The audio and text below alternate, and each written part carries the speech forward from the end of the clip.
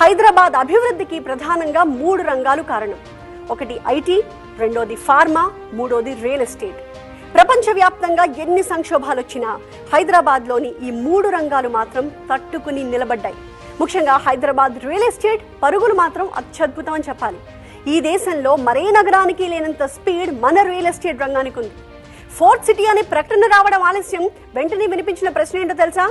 మాస్టారు, గజం ఎంత లెక్క నమ్ముతారేంటి అని. Hyderabad is one of the richest cities. ముత్యాలు అమ్మేవారు ఇక్కడ, అందుకే సిటీ ఆఫ్ పర్ల్స్ అని పేరు. హైదరాబాద్ అత్యంత సంపన్న నగరం కాబట్టి ఎక్కడెక్కడి వాళ్ళు వచ్చి ఇక్కడ పాలించారు. నిజామైతే హైదరాబాద్ని ఒక ప్రత్యేక దేశంగా చూడాలనుకున్నాడు.